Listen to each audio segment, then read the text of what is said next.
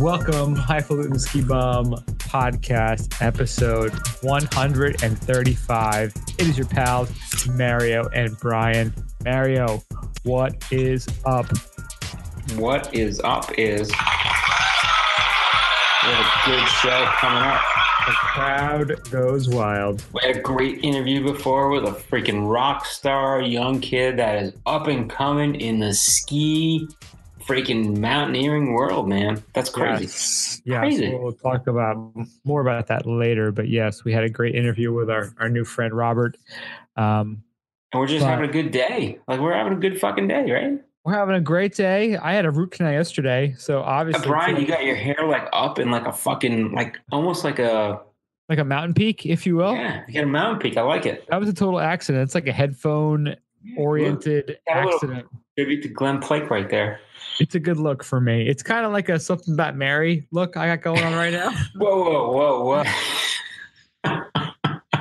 I implore you, it is not hair gel. I'm so waiting for Andrea to start fucking texting me right now about that. She is a pip, and she has been angry on Instagram because she is so awesome. I gotta say, she's awesome, but she also broke my Telluride glass. So maybe she's not that awesome. Your little lady is standing up to you. I love it. She's like, yeah, I broke it. Why you gotta be so petty, Brian? You should have bought two. She's like, she's with me. She's you wouldn't be crying like a little bitch if you bought two of them, right?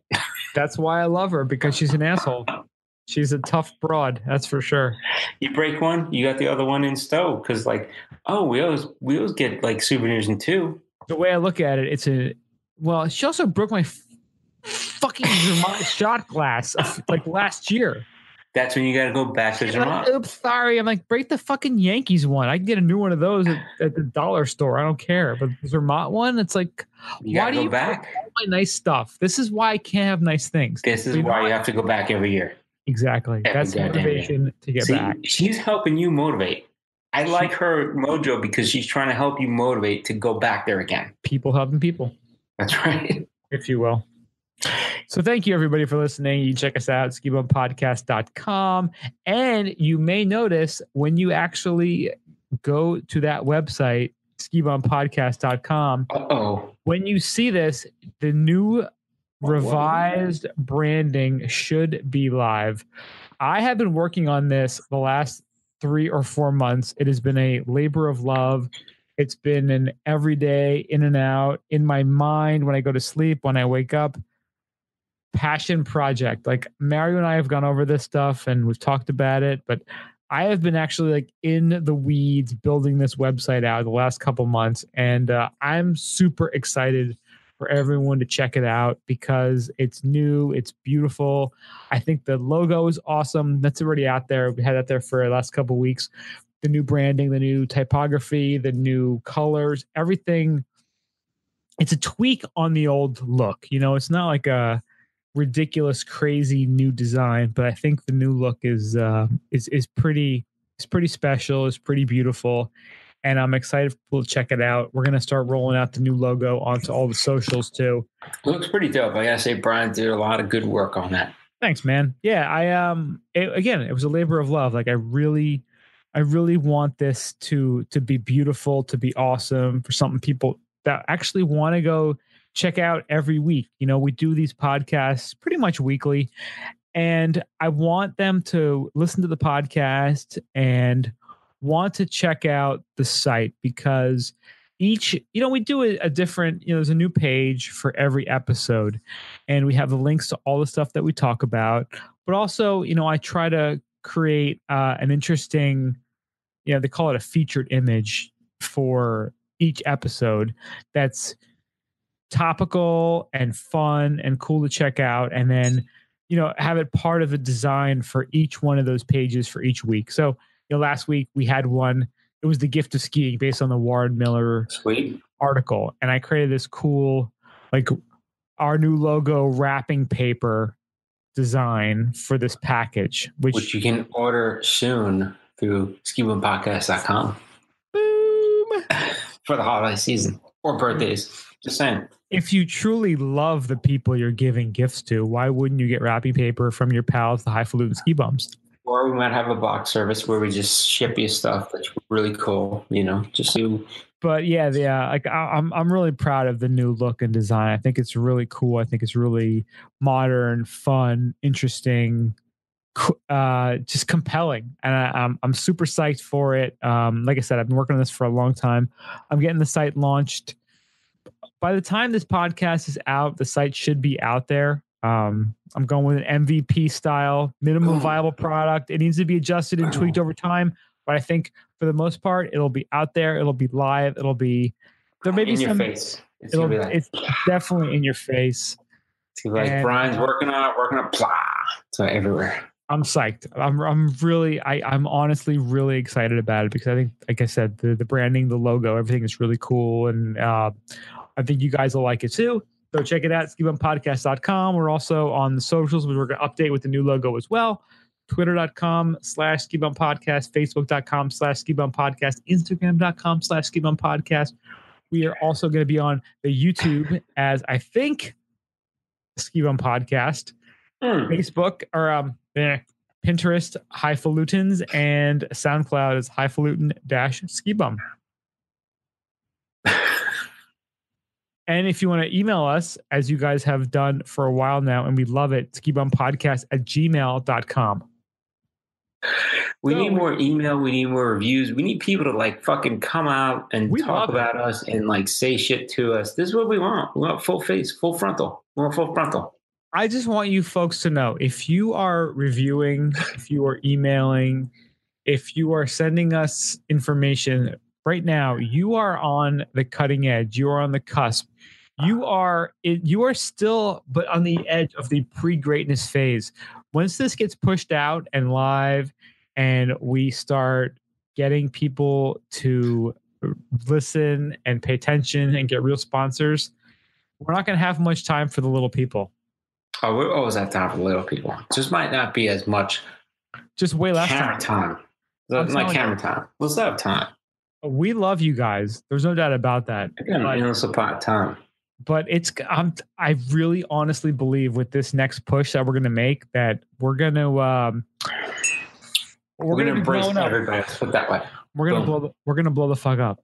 We're just going to hug everybody instead of just a few people. We're just going to embrace everybody. That's what I want to have. I want to have a monthly hug fest on. We'll pick a mountain. Hug fest / drum circle. I'm calling it right now. November through April, we're going to have we talked about it in the last podcast. And I think drum out. That's what I'm saying. Freezing Man, not Burning Man. Yeah. Freezing Man. We'll have a Freezing Man fest. Might be White Walker Man in another year. That could be us. We could be White Walkers. White Walker. Freezing Man is where it's at. Freezing Man. Or Chilling Man. I like Chilling Man better. Yeah. That's chilling. That's not bad. Actually. Chilling a lot. You know what I mean? You can freeze. Freezing's a little extreme. I don't want to freeze out. I just want to chill. I don't want to get cold and because chill. Because it's not burnt to a crisp, man. Right. And you just want to hug it out. You just want to be able to hug it out. You could take him from burning to back to normal. Yeah, burning on fire is not good. When you're burnt out, you're done. Yeah. But when you're still burning, you can be brought back. While you're burning, you're not burnt. See, that's the thing. Yeah, yes. You can come back from that. Chilling Man. I like that. I like Chilling Man. Chilling Man. All right, so with that, let's start it off like we always do. It's time for Après Today. So I have a lovely Chardonnay from the local 7-Eleven that was really piquing my interest. Did you go into the cellar, the wine cellar at the 7-Eleven?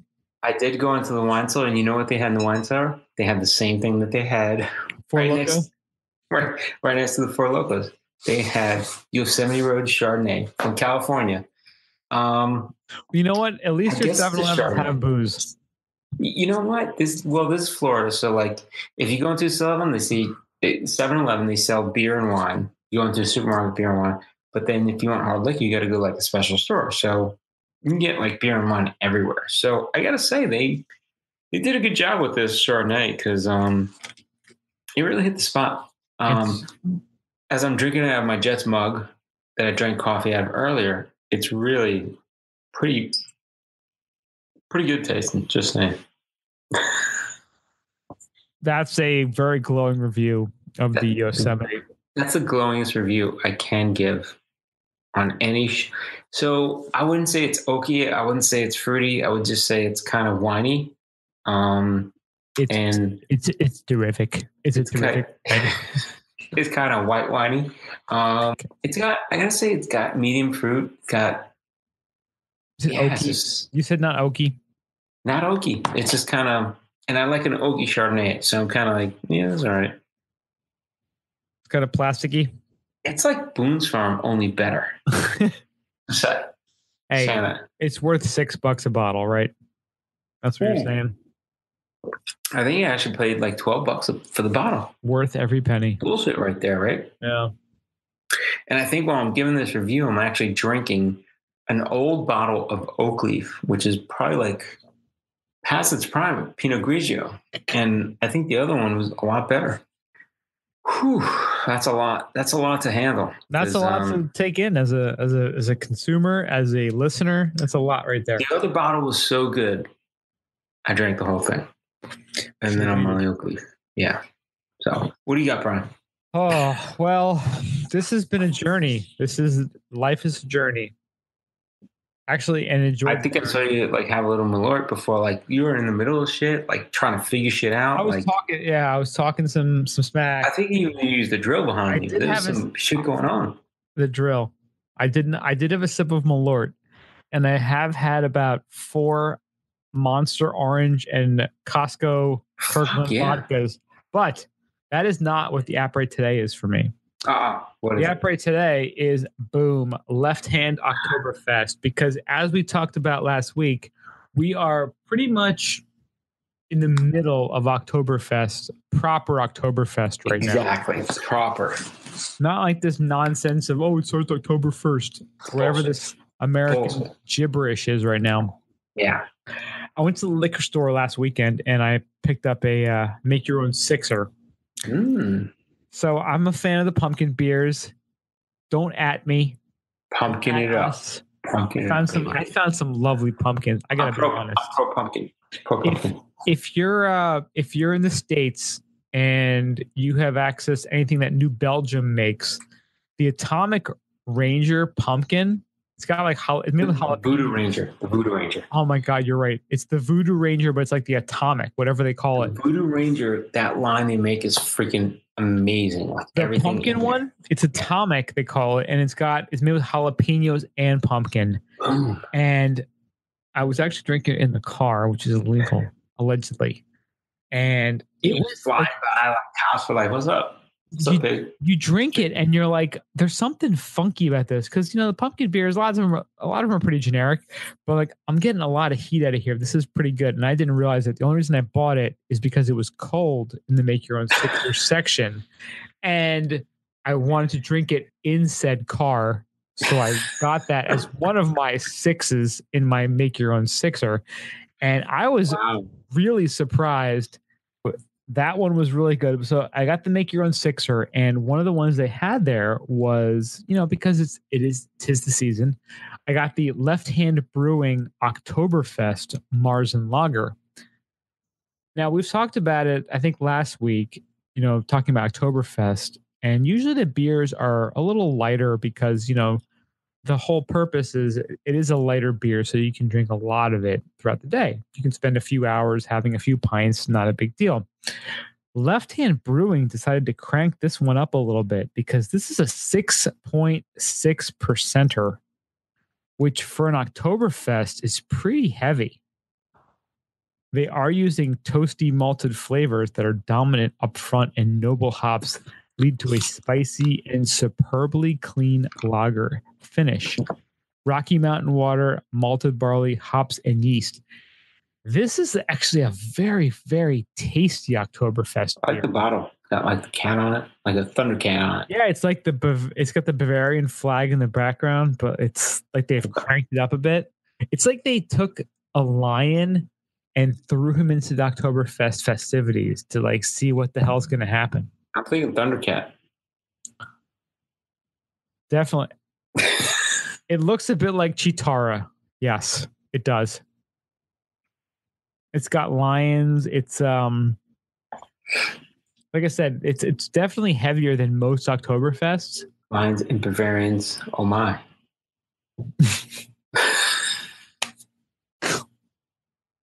I'm sure that's what they said back in the 60s. Lions and Bavarians. In the 40s, you mean? 40s, whatever. I don't fucking know. Yeah, it's more flavorful and a little boozier than most Oktoberfests, that's for sure. Than if you're used to like a Sam Adams. Boozy. That's a Marzen too, right? It is. It's a Marzen lager, but it definitely is a little boozier than the standard Oktoberfest. But it has that same flavor. Not a little slap fight. It's the bam. You got a little shot across your face. It's it's a little hoppier than most Marzens, most Oktoberfests, but it's really tasty. Dude, we gotta open up like an IPA brewery over there. They would fucking love it. I've also had 6 Monster and vodkas before drinking this. Boom. So my palate, and also I had a root canal yesterday. So fuck yeah. I don't know if that affects anything. I don't think it affects anything at all. I was showing Mario on the Google Hangouts. I'm like, look at my root canal. Like showing him my mouth. That's terrifying, bro. So one of the things about a root canal, now I don't know if any of you folks have ever had one of these.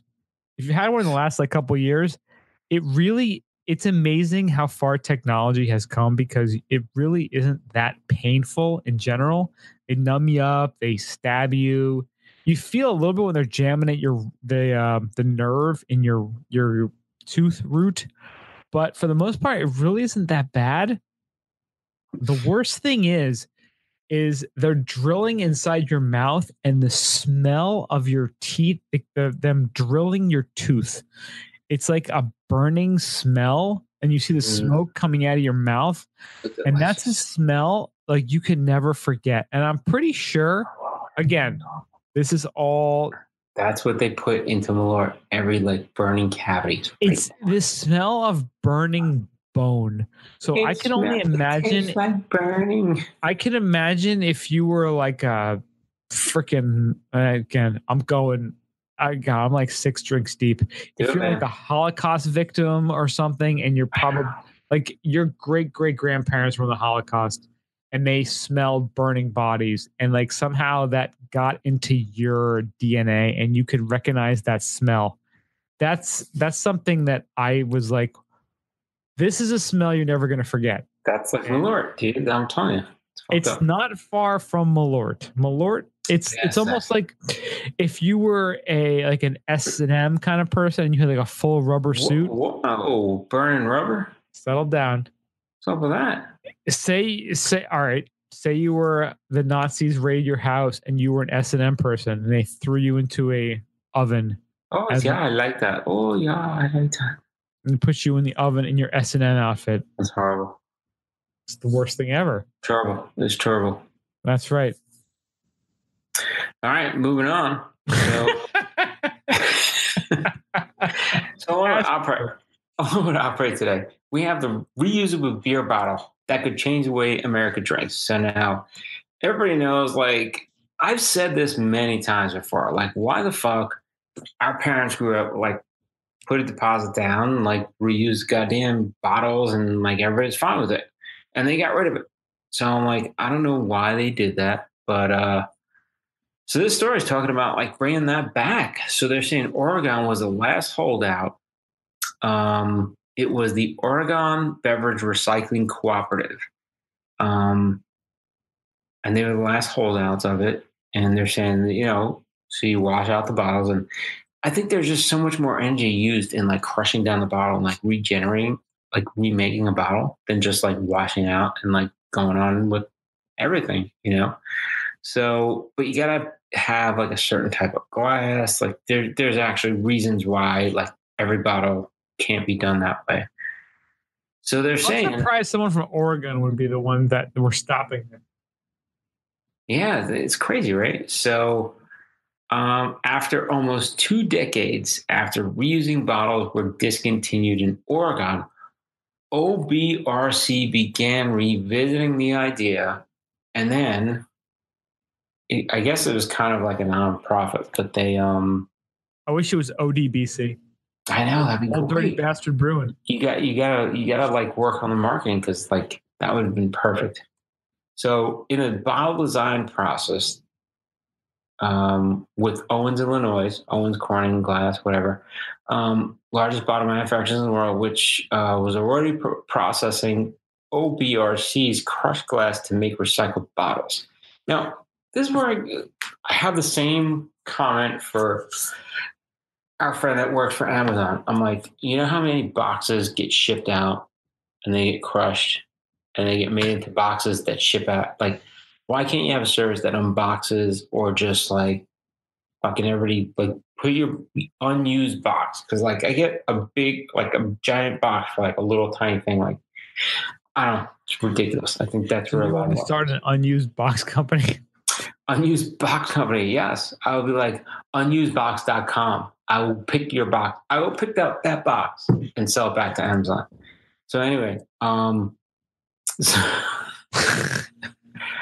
so these guys are doing that with refillable bottles. Why can't you? Right? So they're saying over time they developed a bunch of prototypes, and then it led to what they call a small tank of glass bottle that's hefty, reinforcing itself through material alone. So these are some of the pitfalls they have with a reusable bottle, washing and stuff like that. So after, long story short, they actually developed a bottle that's a little bit of, they call it kind of a bottle tank. And it can actually like withstand like a lot of wear and tear. And they're saying this could be like a reusable kind of thing. So they're saying Bailey, which is the company, they kind of started spreading to like a lot of states, and they're saying organizations in California, New Jersey, and New York have all expressed interest in launching similar operations, kind of like they did in Oregon. So OBRC started these bottles, Oregon brewers started using it. Now the organization is like spreading out, and this could be like a game changer. Because I tell you what, this could be, I really don't know why we don't have reusable bottles today, but it's probably because they're not as sturdy as they should be. And modern technology, man, I like it. Yeah, we focus so much on recycling, but if we could just reuse things, it would be a lot easier. So I get pissed off at two things with recycling. One is real reusability, right? And the other one is consumption. So just because you use paper cup instead of a plastic cup doesn't mean you're like being nicer to, it means you're being a little nicer to the environment. But what you really should do is bring your own fucking cup and fill it up. So when people go to Starbucks and they're like, oh, I think I'm like making the world a different place by not using that plastic, and they're using a paper cup, and I feel so good. Like, bring your own fucking cup. That's making a difference. Just saying. That's how I stand. That's how I feel. Yeah, no, I see what you're saying here. And I like the idea. I like the idea of people reusing and not necessarily depending. I mean, the same thing too is like a lot of grocery stores. If you bring your own bag, they give you a discount because you're bringing a bag instead of, having them exactly plastic or paper or whatever. It's situational difference. Like if you don't have the situation or the ability to have reusable, that's fine. Do that. But if I'm somebody that's going on a regular basis and I'm doing my own thing, and I really believe in like supporting the environment and whatever, I'm going to consume less. You know what I'm saying? So, hey, I'll reasonable. I have a problem with like, so you get like meat at the store, right? It's in plastic, on foam, and all this other like shit. I just want meat. Just put it in like some wax paper and I'll take it. Goddamn. I'm fine with that. Like, that's like old school butcher. Just put it in a little wax paper. I'm fucking gone. It's weird. Just saying. No, I hear you. It's tricky to make. How much for one rib? Right in my hand. One rib. One rib. I'm saying. No, I hear you. From that though, the Great American Beer Festival has announced its winners. Oh, who's winning? And this is a big event. It's cool because you go to the website and we'll post it in the show notes on the new and improved skibumepodcast.com. A comprehensive list. I like it. Yeah, you can check it out. There's a very comprehensive list, and they have it broken up by categories as well. And what's interesting too is it's cool. You go on the list and you can actually you can drill it down, filter it by type of beer or location. And one thing that was very, very surprising to us, being ski folk and knowing how awesome the region is, Vermont actually received no awards. Boom. No Vermont beers won awards in the Great American Beer Festival. Very surprising. The Great Anti-American Beer Festival in the south of... Total Confederate Communist. The Great Confederate American, the Great Confederacy American Beer Festival. Wow. So if you go to the site, you can break it down. You can check it out by medals too. They have gold, silver, bronze, and they have it broken up by categories as well. I like that. All gold. Just want gold. That's really what matters the most. So to give you guys a heads up of ski area-ish beers that have won gold medals, we're looking at Uber Brew in Billings, Montana. They won a gold for their Alpha Force Double Tap. Double Tap. There's a few in California and Pennsylvania. So there's only one IPA that won. So Boone, North Carolina, which we'll consider ski territory. Boone, the Appalachian Mountain Brewery in Boone won for their lager. App State, motherfucker. That's right. There you go. I had to say Shades of Pale Brewery in Park City, Utah, for their Kvalik 1 American style sour ale. Let's see, would we consider Winthrop, Washington? We'll consider them ski territory. They won for their old schoolhouse brewery Hooligan Stout. So congrats to them. Hooligans. Bend, Oregon, Good Life Brewing Company won for their Sweet as Pacific Ale, which is an American style wheat beer.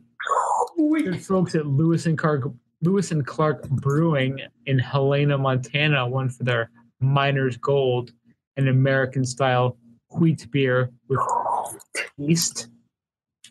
Butcher Knife Brewing Company in Steamboat Springs, Colorado won for their Sunshine Express, an Australian style pale ale. Wits End Brewing in Denver, Colorado won for their Jean-Claude Von Blonde, which is a Belgian-style blonde ale. BJ's Restaurant and Brewery in Boulder, Colorado won for their BJ's Quad, a Belgian-style double or quadruple. Silver City Brewery in Bremerton, Washington won for their Foxy Lady, a Belgian-style fruit beer. And let's see, Gilded Goat Brewing Company won for their Guten Block out of Fort Collins, Colorado. Guten Block. Gordon Biersch Brewery Restaurant in Tyson's Corner in Broomfield, Colorado, won for their Bohemian Pilsner, a Bohemian Pilsner style. Cigar City actually won. That's your neighborhood, Mario. Maduro Brown Ale. Maduro's good, man. Won. You gotta come down. You gotta have some Maduros. We'll go down there. I will be in Florida next week. I know. A little far away. Our friends at Snake River Brewing in Jackson, Wyoming, won for their Spear Gun, a coffee stout. Snake River is good, man. I like Snake River. I really liked Snake River. They were quite delicious.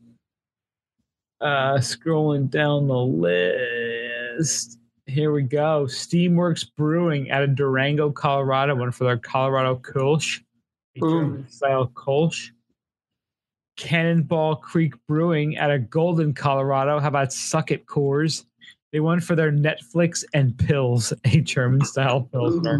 Nice. Adorable.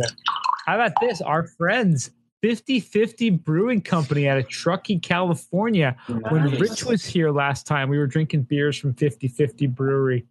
They won for their Bonner Hangemate, their German-style wheat ale. So congratulations to the our friends at 50/50 Brewing.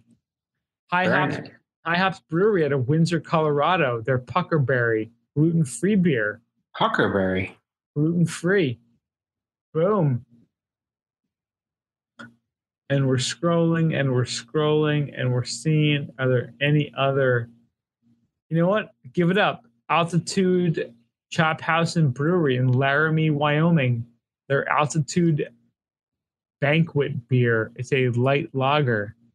Gold medal. Again, Glenwood Canyon Brewing Company out of Glenwood Springs, Colorado. The Shone Stout, an oatmeal stout. Banded Oak Brewing Company out of Denver. The Drunkard's Cloak, an old ale. There are a lot of beers who won gold medals, but you know what? We're almost through this list. We're almost done. Denver Beer Company, CanWorks, the Graham Cracker Porter out of Denver, Colorado. That's a good cracker. Yeah, 105 West Brewing Company out of Castle Rock, Colorado. Their Apricot Saison won, specialty Saison gold medal. The SKA Brewing Company out of Durango, Colorado. Their Oktoberfest, a Vienna-style lager, gold medal. Denver Beer Company again, but this is the Old Town Arvada location, Arvada, Colorado. Barrel-aged Japan's Off. Japan's Off. Nice. Wood and barrel-aged beer category. Congratulations. Gold medal. There are plenty of that one silver. There are plenty of that one bronze. But we just went over the gold medal beers. Congratulations to all of you guys. I say honorable mention, Telluride, Colorado. Smuggler's Brew Pub, we were there. The Blonde Betty got bronze. What they win? They won a bronze. Yeah, congratulations to them. Belgian-style blonde ale. And you know what? I'm keeping it local. Our friends at Kane Brewing, which are, Kane, Head High. Love that, Head High. Head High they make some really legit beers there. They won a silver medal for their Night to End All Dawns wood or barrel-aged strong stout. So local beer company to where Brian is located. Fuck yeah. Congrats to Kane. There's like I said, it's a little bit disturbing, but no Vermont beers won any awards. I don't think they were in the mix. I didn't see an IPA section. It's weird. It's suspect. Well, they just added a New England style IPA category too. Yeah, New England style IPAs. If you had them, they're okay. They're just not as hoppy, and they're good, but they're not super hopped. I beg to differ. They are so delicious. They're my favorite kind of beers. Yeah, they're good. I mean, they're good to drink. Like you can drink them all day, and they don't taste. And it's funny because the double IPAs.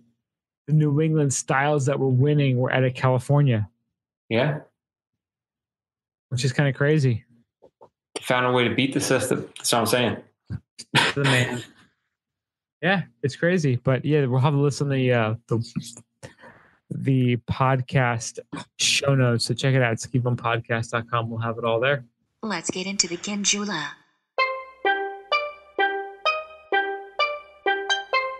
So the first story, which is adorable, and I love it. Federal study finds marijuana 100 times less toxic than alcohol, safer than tobacco. Boom. Science once again catching up with what many already knew, but this is progress. A new scientific study has investigated the toxicity of various drugs and found marijuana the clear winner. It's been found significantly less toxic than all other substances on this list, including not only illegal drugs, but illegal alcohol and tobacco. It's coming to the point now, we're in a very strange place in America, in our country right now, where people, everyone's taking sides. There's a lot of stuff going on in our country regarding Supreme Court nomination. Regarding every fucking thing. Why do people have to take sides? Why can't people see people for what they are and what they produce? So many. We're actually post politics right now, and so many people are just. It's becoming identity politics versus actual politics. You wear a red suit, I hate you. You wear a blue suit, I hate you. Does it fucking matter? Why don't you listen to what they got to say? Because that's what's really going to make a difference in the world. If you really are smart and you really are above all this nonsense, Democrat versus Republican, you will see that what really matters is who is making the money and where are they making that money. And that's really the only reason why marijuana is illegal right now, is because of the pharmaceutical industry, pharmaceutical lobbies keeping it illegal. The alcohol companies, the tobacco companies, they're the ones who are fighting this. They're fighting this inevitability of this naturally growing plant providing a service to people, to providing stress relief, pain relief naturally through a plant versus some sort of genetically created pill by insert your name pharmaceutical company that will get you hooked for 20 years and then eventually spread to keeping you hooked on 2, 3, 4, 5, 6 different medications. That's the only reason why this is illegal. People who were brought up in the earlier generations, 20s, 30s, 40s, with this reefer madness nonsense, it's all mind control. It's all controlling a narrative. It's controlling the financial incentives of other institutions. They do not care about you, your health, your happiness, your joy, your relief from pain. None of that is taken into consideration. All that's taken into consideration is how much money they are making off of you. And if you can grow this plant legally in your backyard, cultivate it yourself, consume it as needed, they are not making money off of that. And that is why it is a concern, a problem, and why it is kept illegal. It's nonsense. It's bullshit. We've talked about it so many times on this podcast. And the more you read about it, the more you dive deeper into the reasoning and the rationale, the more infuriated and angry you should be. And this is just another example of this right here.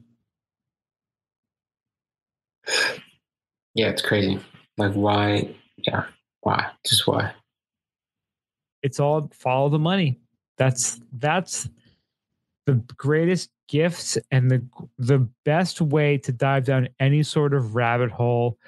Not even conspiracy theories, but just to educate it's just yourself. A rabbit hole. Yeah, definitely. It's to educate yourself on any topic. If you follow the money, you will realize why everything exists and functions and performs as it does, because that's the reason that pushes and motivates and inspires people. Is it making money for me? You got to follow the money. So Rolling Stone had a good article there saying why legalizing weed in New Jersey could change the pop market worldwide. So they have a lot of, it's a really long article. I think you should read it, like, if you're interested. But they're actually saying they interviewed the CEO of an edibles manufacturer on why his company is expanding to New Jersey. And he said, man, like, the Garden State is going to could become the center of the weed world because of a few factors. Now, one is which, like, the income tax and the earning potential of New Jersey is huge. There's a lot of like big earning people, pay a ton of property taxes. And they're saying, unlike some of the other states, they don't have some of the boundaries that the other states have. So they could legalize it and really absorb like any impact to their infrastructure. They're saying the demographics of New Jersey make it very interesting. They're saying it's heavily healthcare oriented state. And while they have world-class medical schools, world-class biotech, world-class healthcare, and universities, the gap is in researching cannabis. So they're saying like this is the one area they could actually like totally expand the footprint they have because it's big pharma in Jersey. So of course, you introduce cannabis and it's like a whole untapped market. As a current New Jersey resident, I'll tell you, if there is any place that needs cannabis, it is this state, because there are so many people who are so strung out on other addictive, terrible medical products. They need to just chill out and need to really focus on what's important. And this state is full of douchebags and assholes, and I will not deny that for a second. And cannabis would absolutely help this state, no doubt. And thanks God, Chris Christie and any of his ilk are out in power right now, because that's going to set the framework for allowing this to happen. And I was reading articles today, and they're saying that they're looking to vote on this at the end of October. So about a month away for legalization. And again, awesome. Jersey definitely gets a bad rap, and it deserves probably 85% of it.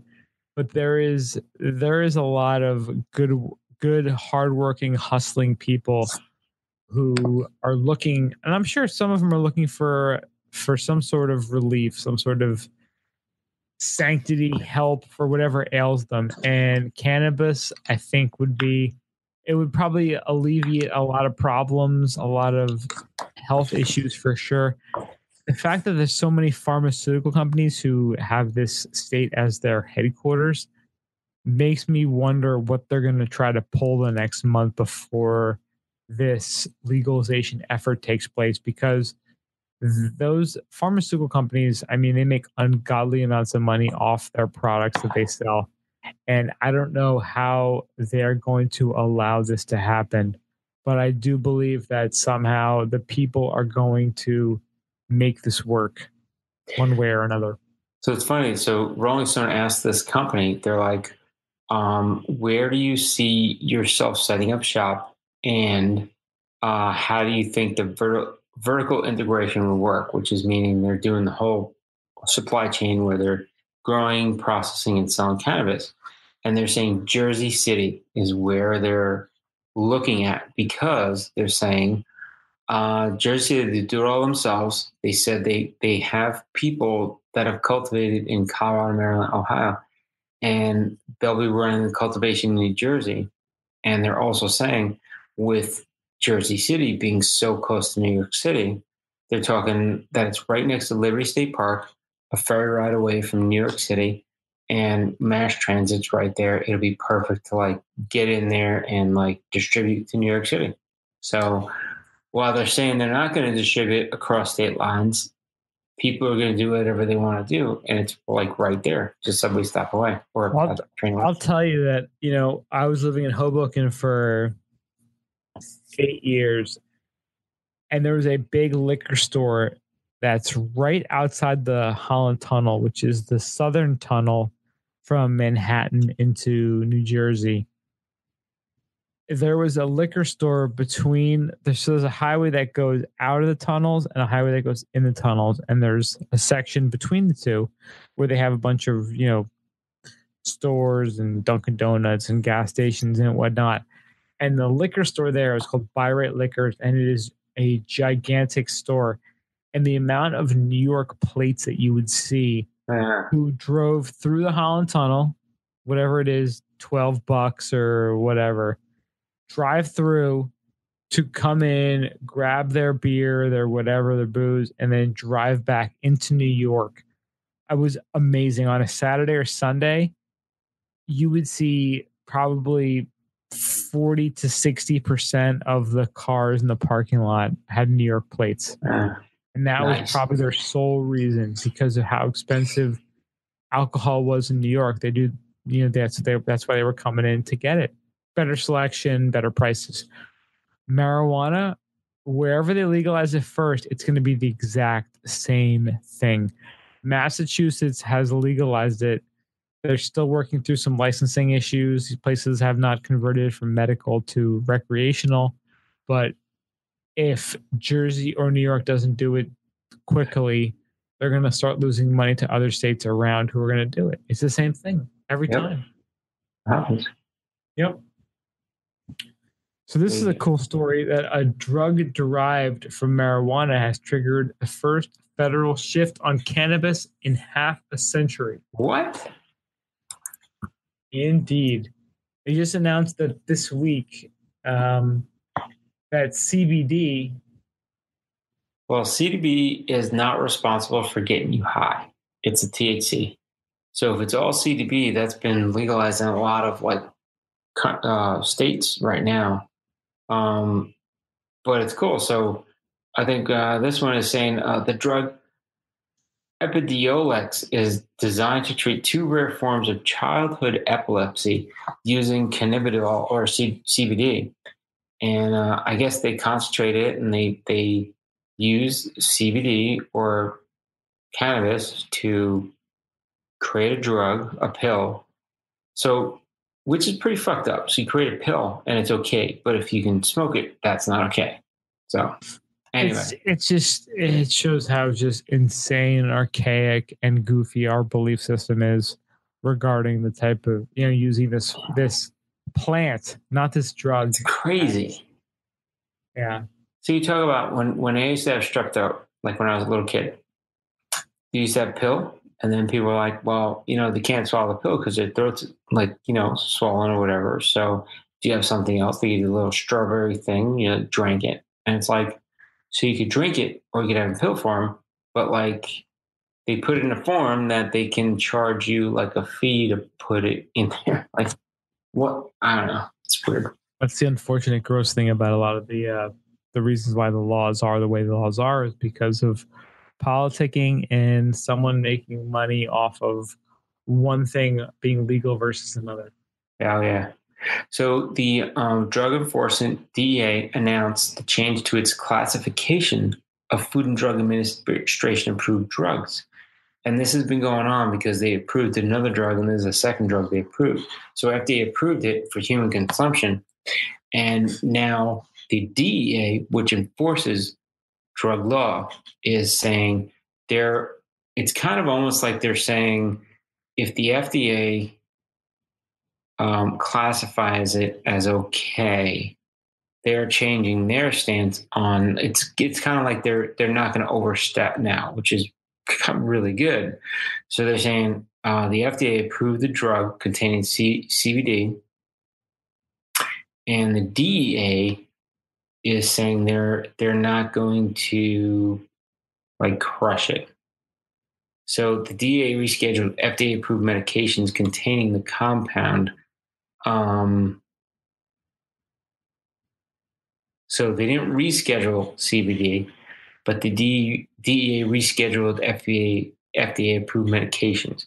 So it's kind of because they didn't reclassify the actual drug, the DEA reclassifies how they treat it. So that's really good. And they're saying it could unleash a wave of new interest in the potential medical applications of CBD and other marijuana compounds. So very interesting to see that. That is pretty cool. Yeah. And they go on, they talk about other drugs in this whole article, and it's a huge article, but a lot of good stuff in there. And one last interesting story while we're in the gondola is that a company in Maine, a restaurant, wants to use marijuana to ease lobsters' pain. And nice. The state is saying, just let's chill out. Let's not do this quite yet. What are they doing? Are they going to say you're dosing the people that are eating lobster, but maybe you want to be dosed? I don't know. Yeah, they're saying that these the owner of this restaurant says that the crustaceans whose deaths her business is built on is trying to use marijuana to get them high. They have a painless, stress-free plunge into boiling water. Nice. I like they're all chilling out. Like, so Maine is like the state of which this restaurant exists is saying no. They said the state health inspectors would treat food served to consumers at licensed eating places and affected by marijuana as has been described with the establishment as adulterated and therefore illegal. Oh, wow. You can't taint it. You can't. They're saying you can't put your taint on it, they're saying. More or less, but they're saying you can't taint it by using marijuana, by getting these lobsters high before you kill them, which is kind of funny. So you can't just like pour a can of punch in the whole boiling water and expect it that to would be actually good. be kind of delicious, right? Like a bouillon base of can of punch. Let's go to ski news. So into the ski news now. And first up, we got a couple trailers that came about this week. First one, this winter road trip through Europe looks epic. This is from the folks at TGR. We checked out this trailer before, and it's called In Gora. And what it is these dudes in Europe just taking a month and just going all over the place. 13 different countries, 3,600 miles, documented it in a short film. And it's beautiful because these guys, you know, they make these stops and they drop into these areas. And, you know, obviously there's awesome ski and snowboard footage, but they're all about just sharing with the people that they interact with. You know, there's a bunch of little kids who may never have or never had the chance to ski or board, and they, you know, show them the way and get them excited about it and get them started on it. And that's really what a lot of this is all about, is just getting that younger generation fired up, excited, getting them rolling into the life and the lifestyle that we love so much. That's sweet, man. All right, next up, another trailer. Ski film called Abandon is finally getting released. So, following a failed crowdfunding effort in 2018, maximize this. All right. The Road West travel crew was doubtful if they would ever, you know, get this thing to see the light of day.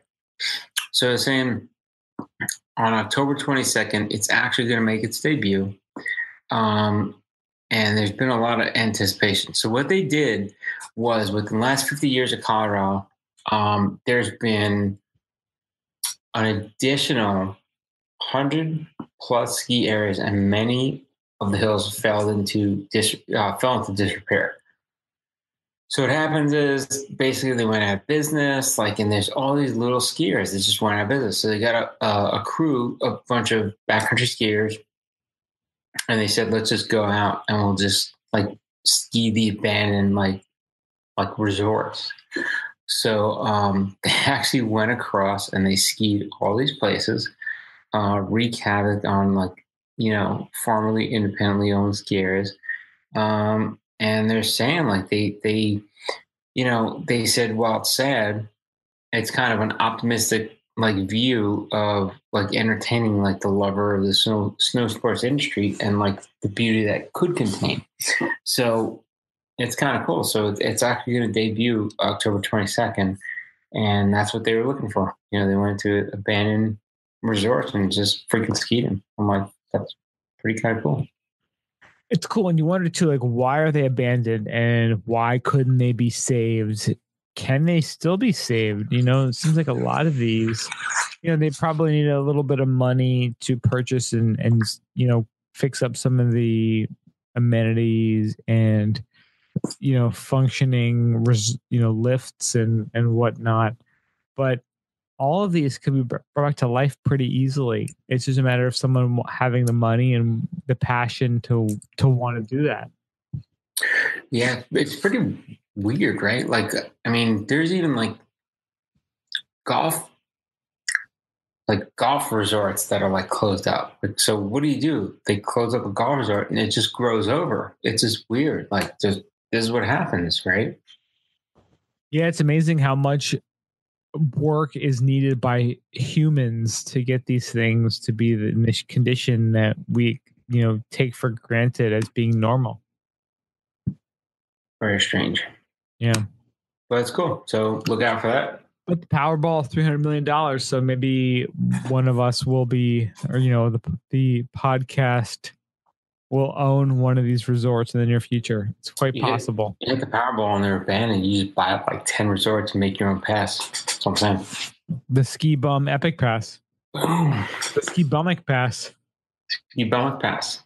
And you don't even have to pay money. You just got to do shit for it. That'd be great. They're like, dude, they're $200 and just bring some weed and the pass is yours. I gotta see you shotgun 4 beers within 30 seconds. Free pass. Whole year. That would be so awesome to be like the Medicis of the ski bum world, or like you just like have all this money and you could just open resorts and open opportunities for folks that buy with money, and it doesn't take money. It has to have life equity to get in. Like, you have to be a pretty cool person. You have to be a baller. You got to do some shit. Like, that's what I'm talking about. Like, that would be kind of cool. All right. So the good folks at Snowbrains, they did some pretty cool analysis here. NOAA, the National Oceanic, help me out here. Is it NOAA or no? No. No. They have done National Oceanographic. God damn it. I can't even speak right now. We've mentioned NOAA like 6,000 times in the podcast, and we've talked about what the acronym stands for. No, it's National Oceanic and Atmospheric, or atmospheric. Depends on the administration. It really just rolls off the tongue. Otherwise known as NOAA. NOAA. Otherwise known as NOAA. So they've done some analysis on snow during El Nino winters from 1950 to 2009. Nice. Because there is a pretty good possibility of there being an El Nino this season. But what does that mean? Every year here, El Nino, La Nina. Like, come on, I want to hear what it means for me. Well, they're saying that if you're reading the climate blog, you've heard that forecasters think that the tropical Pacific climate, known as El Nino, will be visiting this winter. And one of El Nino's common downstream impacts is above average winter participation across the southern United States, the result of a stronger than usual Pacific jet stream.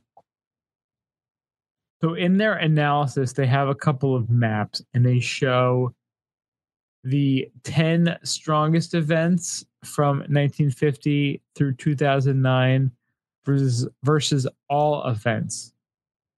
And in the graphic, it shows the difference from the average snowfall, so lower versus higher. And the spots that it shows higher over the entire period looks like most of eastern Colorado, New Mexico, parts of Utah, and eastern California. All right. Those are the places getting the hardest impact. But they're saying that strongest events, we have some Wyoming action, like central Wyoming, Sierras, so California, Tahoe, Kirkwood, Squaw Valley, all those areas. Looks like Utah and Arizona, a lot of New Mexico, and a lot of southern Colorado, while northern Colorado is looking a little barren. So if you're in like Wolf Creek, Durango, Telluride areas, this could be a big snow season for you. Nice. Again, this is NOAA. They're very smart people. We'll have links in the show notes. You can check it out and book your trips accordingly. They're very smart until they're not smart, right? Exactly.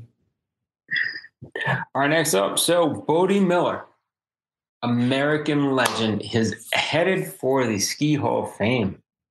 So, if anybody doesn't know Bodie Miller, he had a very roller coaster career. How could you listen to our podcast and not know who Bodie Miller is? Hey, people do it. He's way up, way down. He went World Championships, Olympic gold, and he went like back up and down. I tell you, he did have a real roller coaster. So he's going to be admitted to the U.S. Ski and Snowboard Hall of Fame.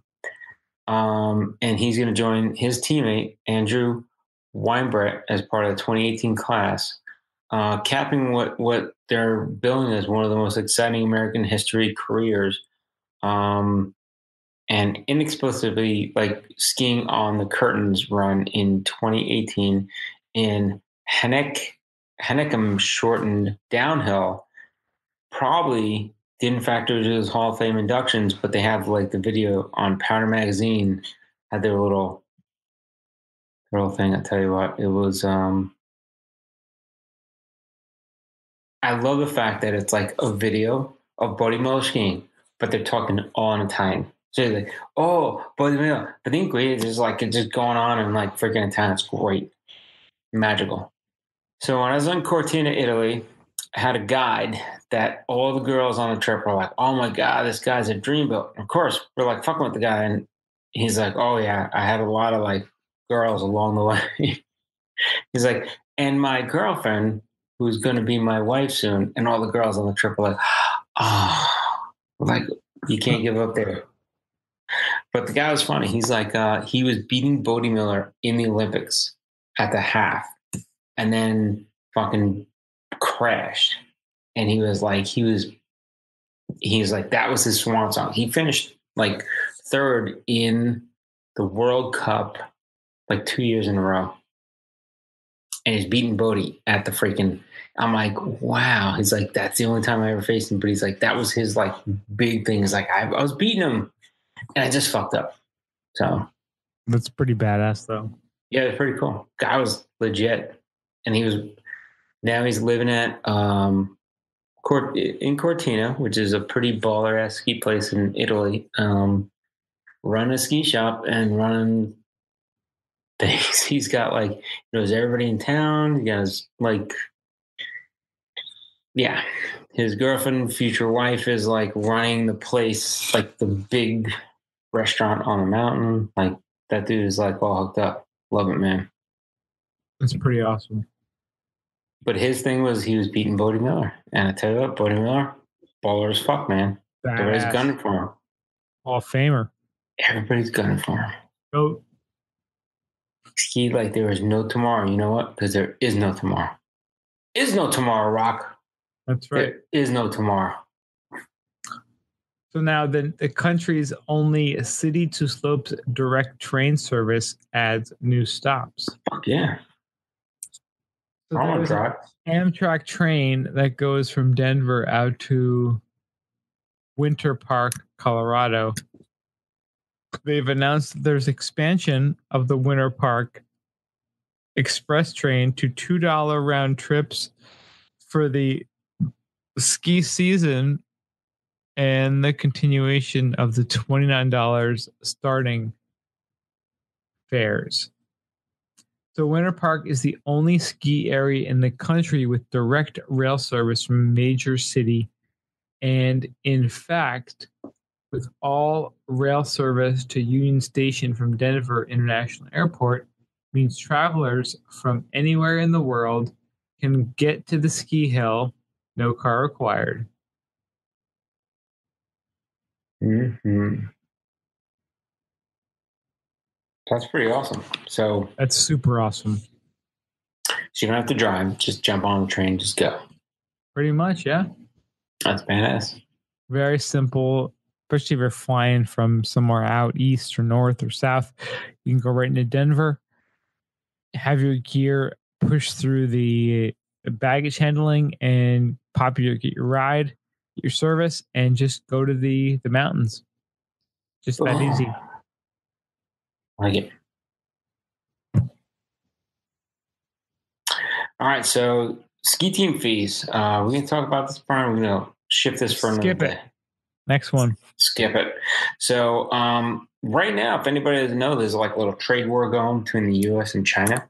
So right now, Chinese-made bicycles are getting tariffed, and they're getting tariffed like a motherfucker. So the big speculation is stuff made in China is going to get tariffed. So bicycles are one thing, but are skis the next thing on the list, which they probably are. So it's kind of one of the things, like, you don't realize how much shit is made in China. So if you're thinking like, oh yeah, I'm not affected, I'm not buying Chinese skis. In essence, you're buying Chinese skis to produce in America because somebody produces something in China that now is going to raise like 300% or some shit, whatever it is, you know?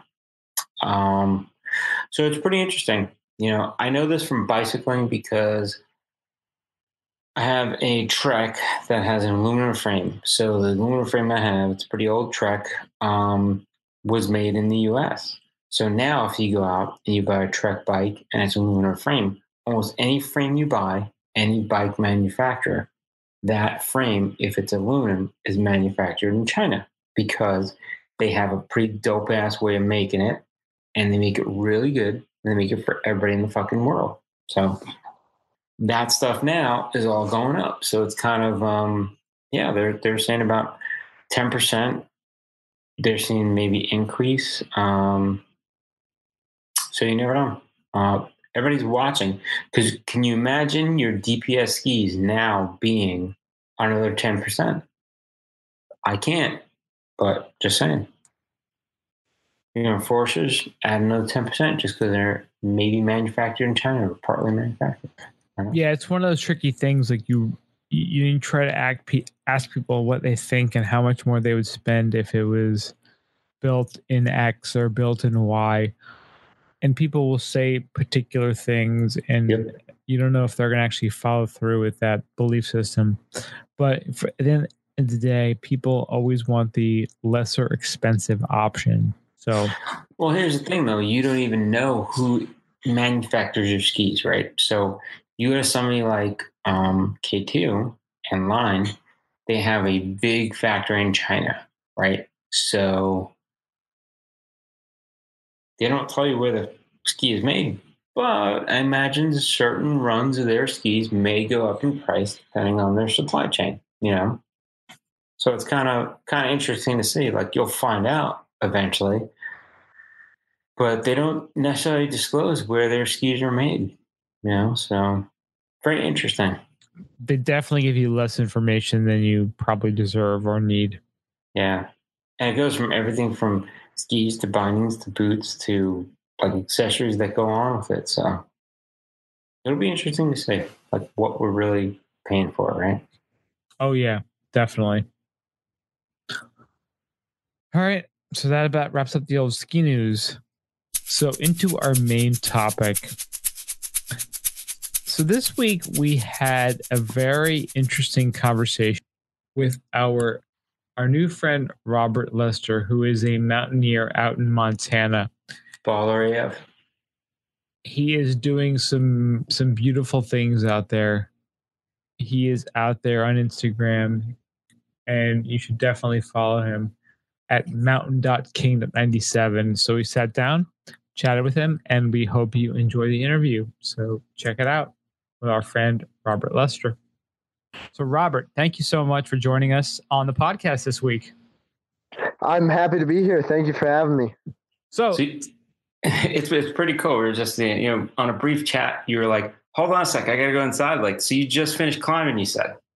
Yep, that's right. Just doing a little sport climbing today outside of Bozeman. So nice. Beautiful. So tell us a little bit about you. So where are you located? What do you do? Let us know. So right now I'm living in Bozeman, Montana. I originally grew up about 80 miles away in Butte.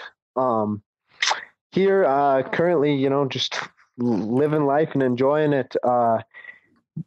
Pretty much a kind of, I think you'd call me a mountaineer in general right now.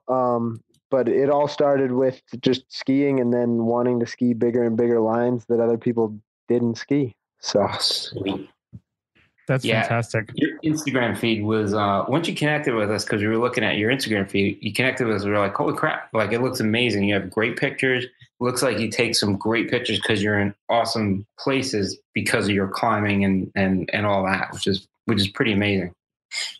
Yeah, I always feel that I'm pretty lucky that I get to see things that not everybody gets to see, and I want to share that with other people, That's great, man. Yeah, your photos are, I mean, a lot of them are just, I mean, they should be hanging up in somewhere with a frame around them. I mean, they're really stunning photos. Do you have any sort of special equipment you use? I don't. Basically all my photos that I take are just on my Galaxy phone. Really? Wow. And then I'm pretty lucky to have had some incredible photos taken of me by some of my friends.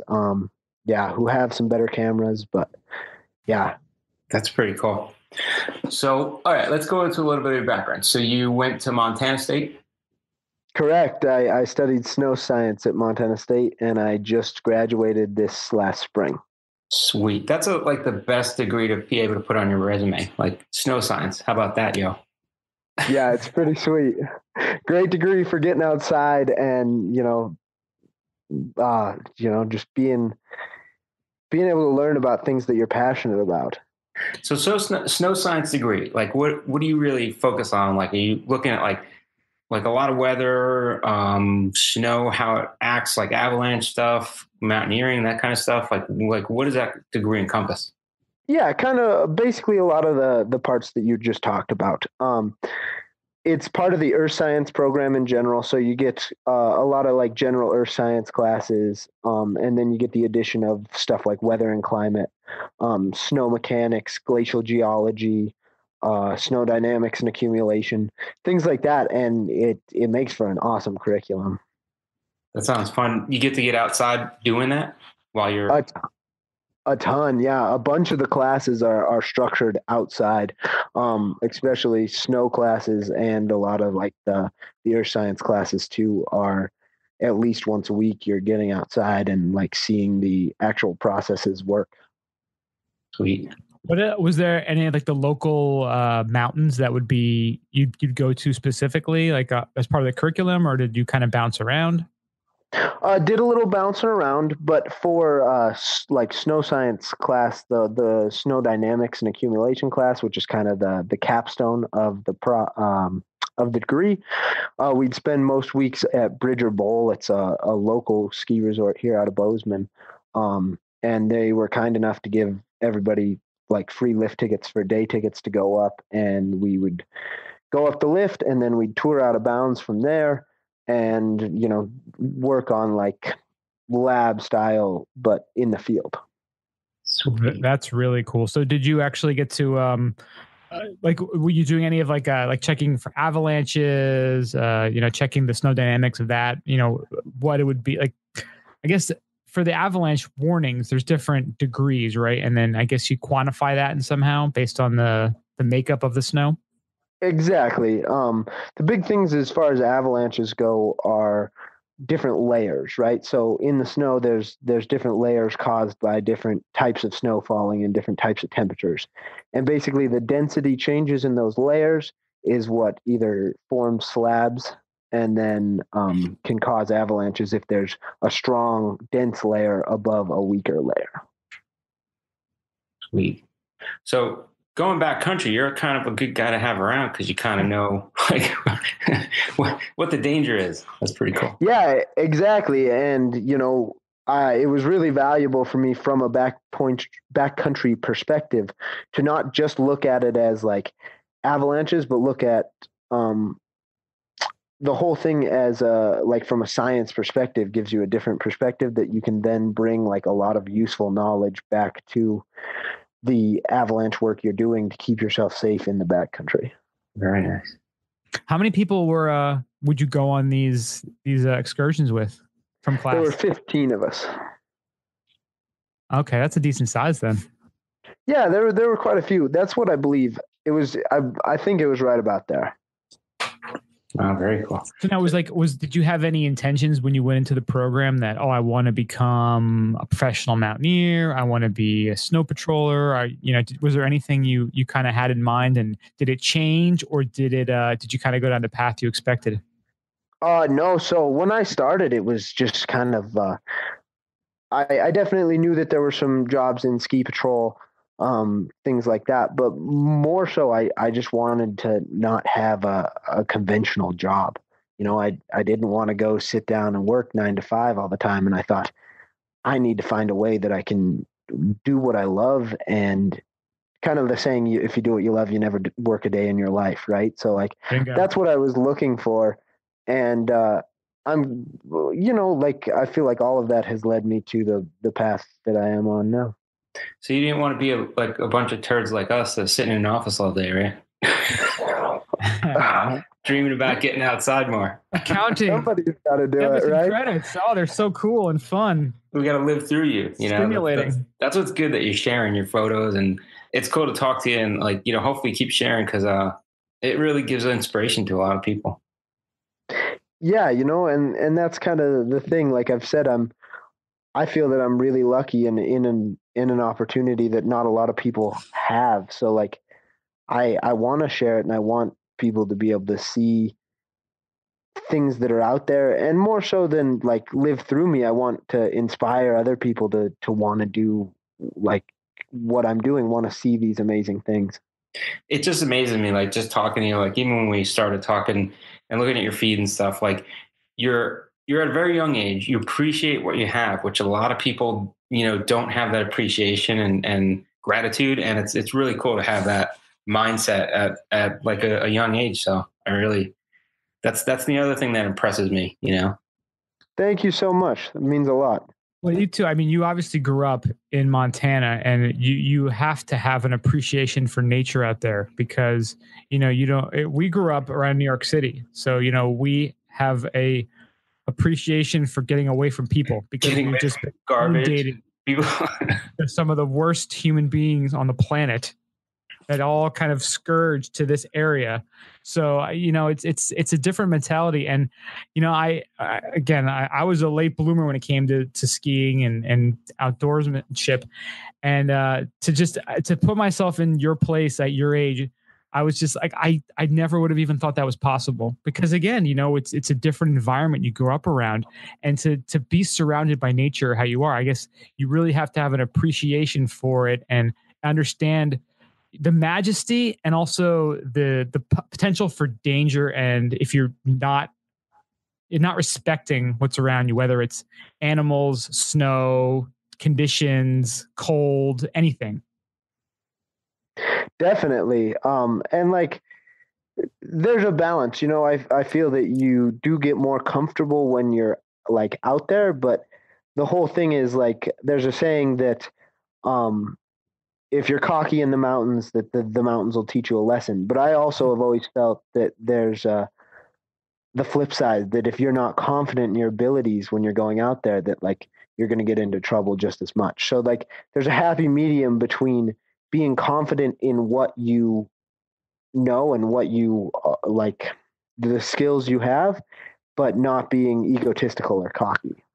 And it's funny, like we cover a lot of avalanche stories, like, just doing the podcast over the last like 2.5 years, we always come across a lot of avalanche stories. And it seems, statistically, they always come out with a lot of people that get caught in avalanches are people that have been doing it for a long time. So I guess they kind of get a little bit complacent, right? It's kind of one of those things, you just let your guard down for a little bit, and mountain teaches you a lesson that you can't ever come back from, Yeah. And we studied a lot about those statistics, about reasons why, more advanced people or people who go out are often the ones who get caught. And like, there's some different conclusions and quite a few really good papers about like what's going on and what the factors are behind it. But like my understanding and like what I came away from it was like, it is a level of like complacence and a level of like you're not like worried about it every time the way that you should be. And then also that like those people are out there so much more. You know what I mean? Like a guy who goes out twice. Yeah, exactly. The chances that you get caught if you go out twice and they're both low level days versus when you're, man, I really want to ski on this, you know, moderate to high avalanche danger day. Like your chances are just way different. It's like a race car driver more likely to get into a car crash. Exactly. Yeah. Do you think it's getting a little bit where people are getting a little bit more complacent with the backpacks, the ABS backpacks now? Yeah. So there's a lot of interesting statistics about that too. I personally have one because I figure if it can help me and it can save my life, even on, you know, this low percentage chance, then like it's definitely worth having. Like it's worth spending the money, it's worth having.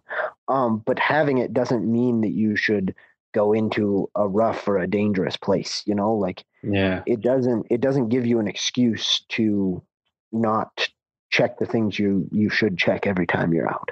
I mean, like you said, Mario, that's a good point because I say people are more likely to get injuries wearing helmets too because they take more risks.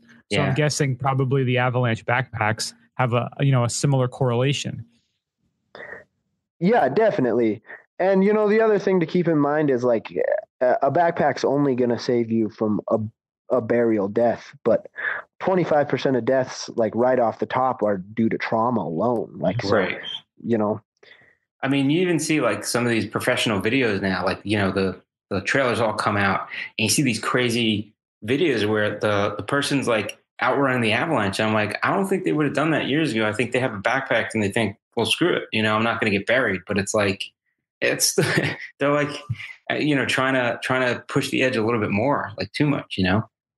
Yeah. And I think we see that with, I mean, a lot of high level skiers and a lot of mountaineers get caught in avalanches for those very same reasons, right? Like there's a deal of pushing the limit and, you know, just doing things other people haven't done before. And that drive, you know, can be blinding and dangerous. It's like the ski movie conundrum. You know, you love seeing all those, people going down those crazy spines and everything. But they keep pushing it and pushing it. And, you know, how much can you push it at this point? You know, it's just getting to a point where it's almost, you know, I think it was it the one Tanner Hall movie a couple years ago where they were up in Alaska waiting for that, for the snow to let up so they could actually go up there. And then they were just, every video was them just causing avalanches. And they're like, it's almost like disaster porn in a way. Yeah. No, I remember that I believe it was Ring the Alarm. Yes. Ring the Alarm. That was the one.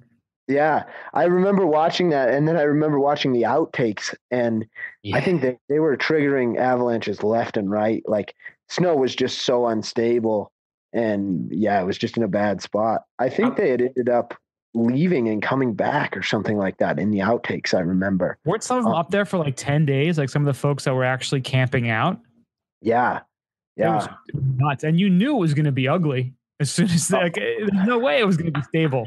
Yeah, no, it's giant storm slabs coming in after that many days. And if I remember right, those guys were shoveling out their tents like daily to keep it from getting buried. Like, there's going to be some storm slabs around. Like the outtakes on those movies are always great because like you see somebody like, oh, he broke his arm. We're going to take him to the hospital now. Like, and you don't see him the rest of the movie. It's like, it's kind of I could believe that happens, you know? Guys mess themselves up. But that's the thing too, those movies, you know, they have all those big name sponsors, you know, you got North Face, Mountain Hardwear, all those big companies, like they're putting up good money. They're like, you guys better get out there and get some footage. So in a way, they almost have to do it just to, you know, fulfill those obligations to their sponsors. Which makes it a little, you know, again, it's, you know, we love watching these movies and, you know, those guys love making them, but it gets to a point where, you know, how much do you want to risk your life to make a ski movie? Plus, I mean, you're telling me there's there's always got to be an option for some low angle glade skiing that just looks incredible. Like, I don't know, maybe it's just me personally. Like, I love the steep spines in Alaska and everything that has to do with that. But there's like, every year in Warren Miller, there's at least a few shots of somebody just cruising through low angle powder. Yeah.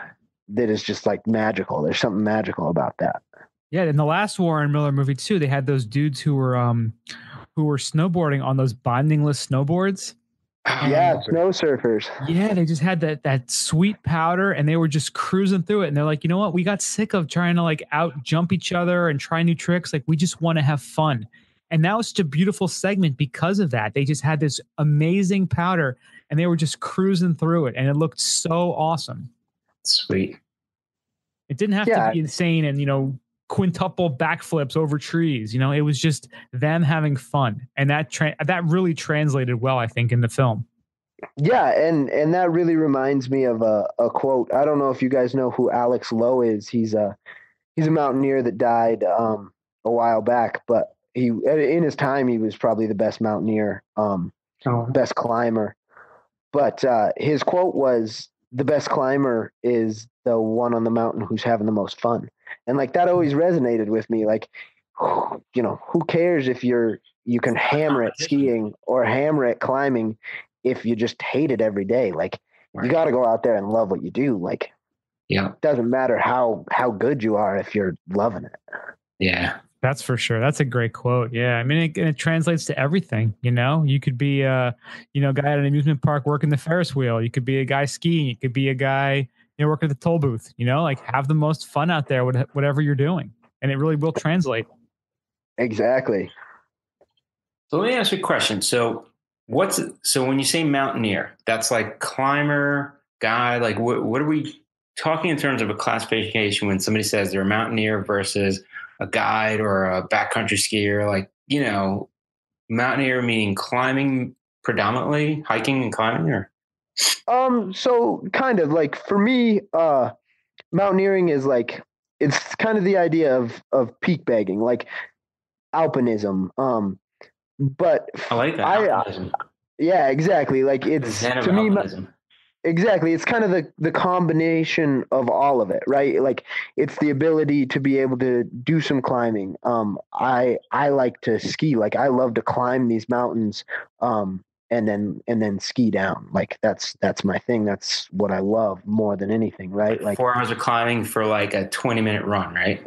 20 minutes would be nice, man. I'm being generous. Like 5 minutes, right? A lot more times it's like 8 hours of climbing for like 10 minutes of the best skiing and then slogging the rest of the way out. But you couldn't get to that. That's the essence of it, though, right? You couldn't get to that any other way. You have to climb it, right? Exactly. And there's nobody else out there. Like, and to me, like, kind of the difference between that and backcountry skiing is, to me, when I go backcountry skiing, I'm going just to ski, right? Like, I'm going to do 2 or 3 lines on, a shorter approach, probably a little mellower, something I'm just going to enjoy my day skiing in the backcountry, get some powder turns in.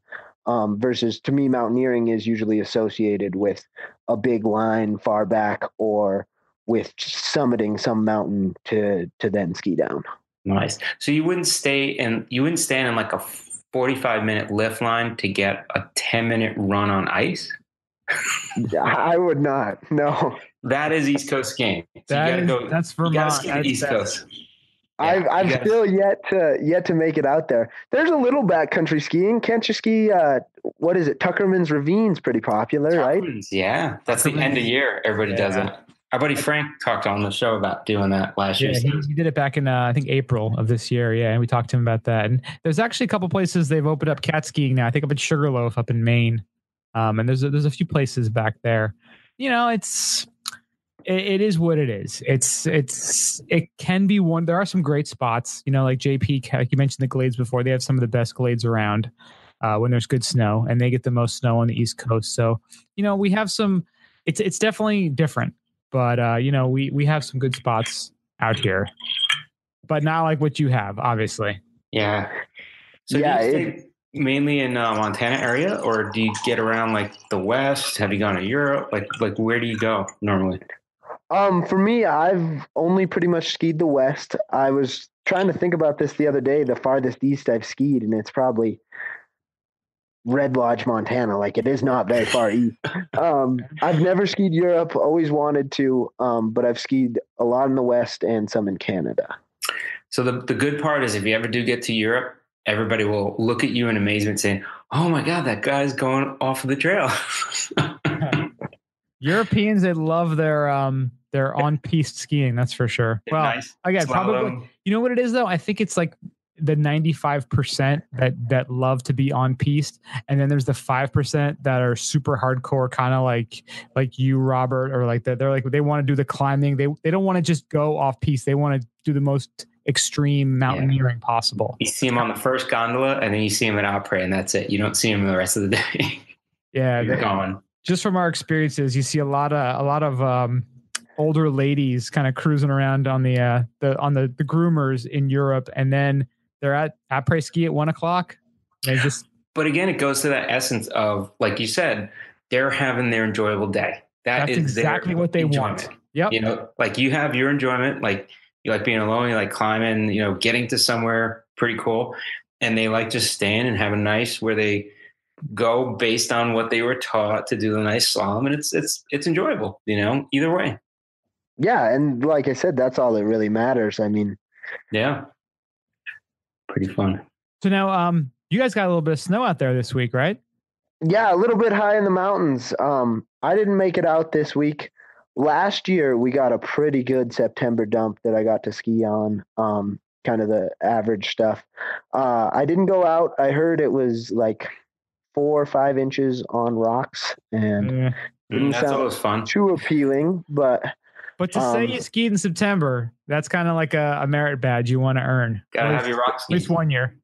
It is, yeah. I'm on a year straight. I skied this September up at Mount Rainier, and then last year I skied in Montana in a big September dump. So pretty stoked. This is the first year I've got every month in a row. So wow, that's beautiful. Sweet.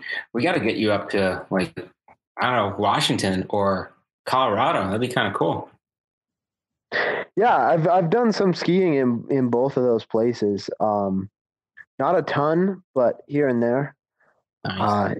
It's all beautiful area. What would you say is your favorite place to ski?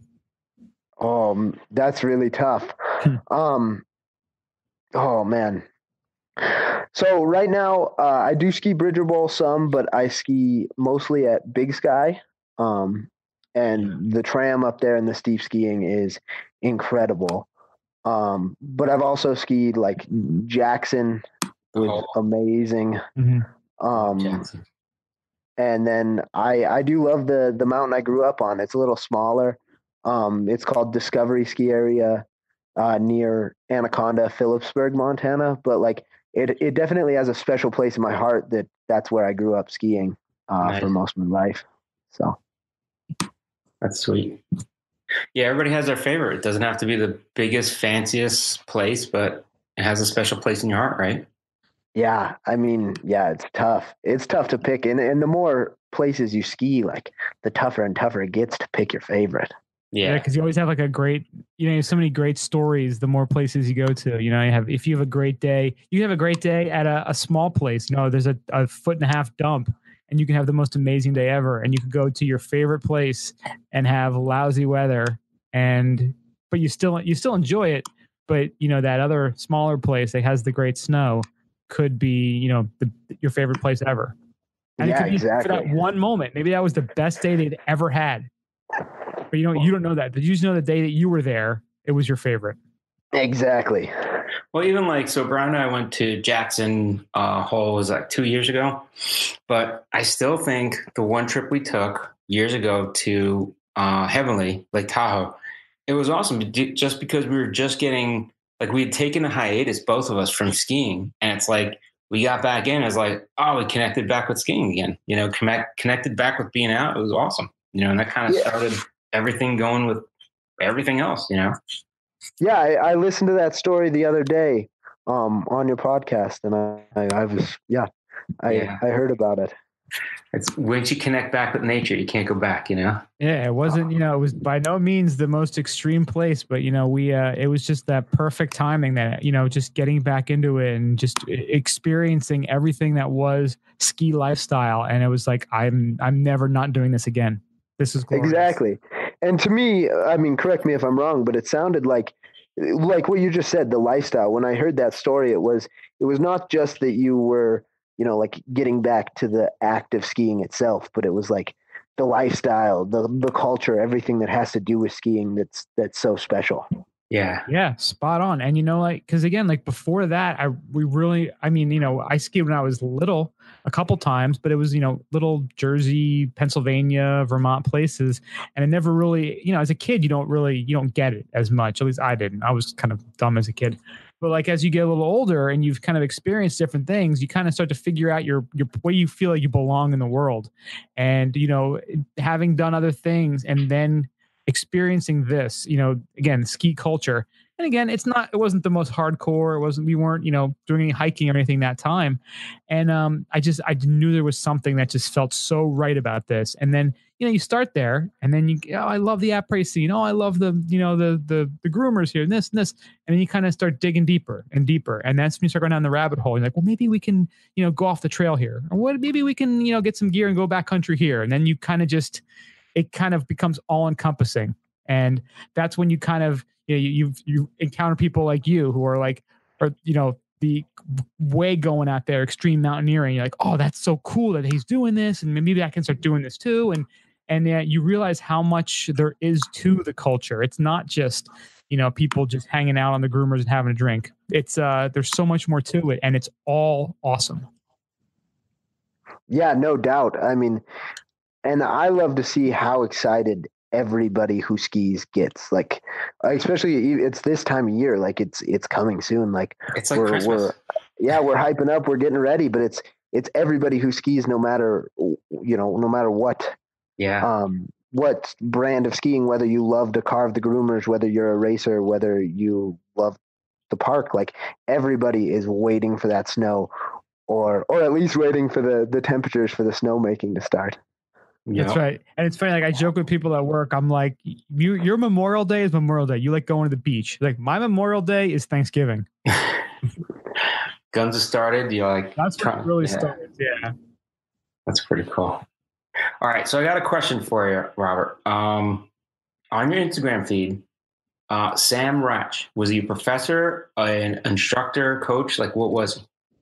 Because I see that he did a Muay Thai. He did the Sparta Combat League. Correct. That's out of Denver. So Sam is he's a professor, a friend of mine. He's an MMA fighter. Nice. Oh, nice. I was an MMA fighter for a while, not a professional like himself. I was just an amateur, but I've spent quite a bit of time working at his gym. And nice. Really the awesome thing about Sam is he taught me and is teaching me how to be a professional athlete. Like, even though his specialty is MMA, and I do have some skills in MMA, but that's not where my passions and my desires are. You're doing mountain martial arts.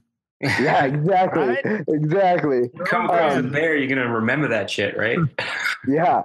But what it's done is it's taught me how to be an athlete, how to make the right choices for my body. That's really cool. Things like that. And also the workout that you're doing, right? It's like it's incredible. Kind of, yeah. I mean, discipline kind of runs through all the different, sports. No matter if you want to become a professional, you have to kind of have that discipline. That's no matter what you're doing. Exactly. And yeah, I can't say enough about how great Sam is and how great of a guy Sam has been to me. And really cool. I would definitely say, like, anybody in Montana, no matter like what they want to do athletically, should at least like look up Sam in Butte. Very cool. All right, so McGregor, Khabib, who you picking? Oh man, so it's an incredible fight. I've been waiting forever, like everybody else. Hopefully, no one gets hurt in the next week. Exactly. Oh. Exactly. To me, the biggest thing is it's all dictated by where the fight goes. Khabib is a world class grappler. Like we've never seen anybody as good as Khabib. Maybe GSP, but that's a maybe. Conor is one of the best strikers of all time. The difference is Conor wins fights with mental warfare, and you just got to see if Khabib's going to fall into that or not. See, Brian, the problem is, like, Khabib probably already got hurt. Like, his eyes looking at McGregor shoots. I'm just saying. Dude, Khabib is from Dagestan, man. They're way more hardcore there than anywhere else on the planet. So, yeah. Have you guys ever seen the video of Khabib wrestling a bear as a child? Yes, that is crazy. It's awesome. That's his dad. Hey, his dad, he does Samba, right? That's his discipline, his main discipline. Exactly. Samba, you mean the dance? Yeah, exactly. That's what he did. Well, no, who was it? The one boxer whose father made him take a year off to do Russian dancing. It wasn't Triple G, was it? No, it was. I can't remember who it was. I heard it on Joe Rogan. He was talking about one of the now he's like a prominent boxer. His father made him take a year off and do Russian dancing. And he said the amount of the strength and dexterity required to do the dancing actually helped his career tremendously. Taking a year off of boxing. I don't doubt it. It's just like football players, you hear them doing ballet. Like, yeah. Wasn't GSP? He was a big gymnast. That was a lot of his kind of cross training that he would do. And it said the flexibility, the strength, it was unbelievable. Yeah. And it shows in his physique. If you ever look at GSP, it's obvious that he has a gymnast body. Yeah. Shredded and just like a perfect kind of just a normal, like what the body's supposed to look like, not freakishly overdeveloped. That's what my wife said too. Yeah. Like, we're not watching GSP anymore. All right. We know he's good. You're like, honey, you can't watch GSP anymore. Watch Daniel Cormier. He's an Olympian. Oh wait, which was the dude that took the piece of his he got a piece of his lip out we were watching? Oh, that was that was Robbie Lawler. That was Lawler. Oh my god, he was like smiling that Rory McDonald, Robbie Lawler fight. That was rough, man. That was a long time ago. That's a rough photo of him with the huge chunk out of his lip. He's like smiling. You see it like his mouthpiece. It was rough. It was like if like your dog and you have like a Nerf football and the dog takes a bite out of the Nerf football. It looked kind of like that. Yeah. He's like, I don't need stitches. And you know what the best thing was? He won the fight. Yeah. They stopped it because McDonald was bleeding all over the place and couldn't even see. He bled out. Crazy, man. Yeah. All right, so Robert, so what's next for you? What's your you have your degree now. You got your mountaineering career. What's next? For a while at least, heading that way with the mountaineering stuff. I've been asked a lot since I graduated, what my plans are and getting a job and stuff like that. And if I need to, I feel like that's there and that's something I can rely on. But for now, I'm at a young age and I'm in a position where I'm lucky that I don't need a ton of money. So great. The plan is to that right now to pursue the mountaineering for a while and do my best. I'm never going to regret putting it out there and trying it. Dude, that's a beautiful thing. Best attitude I've ever heard. Money really doesn't buy happiness. It's the most cliched thing ever, but it's so true. I mean, I see people every day taking, when I go to work, seeing these beautiful cars, they got these beautiful suits, and they all just look miserable because they're going to a job. They feel like they have to live this lifestyle. Like, oh, well, this guy got a brand new Tesla. I got to get a freaking Maserati. They just, this one-upsmanship over nonsense. And it's just, it's so prevalent in this area. They're missing out. You're enjoying it, which is good. They're fake experiences. You're having real experiences, you and nature, and just something that you can't put a price on. It's beautiful. So, and now that you know us, you're going to have to let us know the mountain reports and the the status of the mountains out there. It'd be kind of cool. Definitely. We have our buddy Frank who's disappeared for the last 2 weeks, giving us advice with his favorite cannabis strain of the week. You're going to have to give us your favorite tip of the week. That'd be kind of cool. Yeah, I'd love to. I can send in a few tips for sure. I don't know how applicable they'll all be, but I'd love to send them in. I'm sure you have a lot of tips on like gear and stuff too. Like that's a whole other section. Like we got to talk about like, because we always talk about backcountry gear. Like if people want to get involved, like if they want to get into it, like how to get into it. Like, so there's a lot of stuff that we could like touch on just for like the normal person. Like if they want to at least experience a little bit of what you're doing or a little bit of backcountry, a little bit of like getting off the beaten trail, like kind of how to do that and what to, in a smart way, how to do that, Yeah, and for me, the thing would be like, unless you are pretty committed to it and really like know that this is what you want to do, I wouldn't recommend buying your backcountry gear at first, right? Like this gear is expensive. If you're not going to use it, like you probably shouldn't. So I would definitely recommend renting gear at first. Anytime you go into the backcountry that there's snow around, like the most important things to have are your beacon, your probe, and your shovel, like average avalanche gear, and to know how to use that gear. Like that gear is proven to save lives, and it's invaluable. Yeah, I think you make a good point, but I think the tough thing is if you don't own it, like if you don't personally own it, it's harder to understand how it works.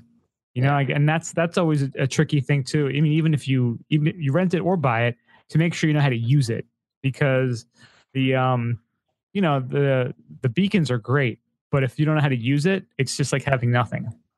And I think a lot of people go out there without the experience or the training. We've seen dummies go out with people that don't have any gear saying, oh no, it's okay, you can just go out. Like that's just not a cool thing to do. Like, like it's just not good, because if somebody doesn't have the gear, they're not going to not save themselves. They're not going to save you, like. No, that's exactly right. And the thing with that too, is that's the training too. Like there's times I've seen where one experienced person will bring another unexperienced person who doesn't like, oh, they have all the gear, but they don't have the training. It's not worth it. Like, you're only hurting yourself when you go out with that person. Like it's a team. It's definitely that whole teamwork thing.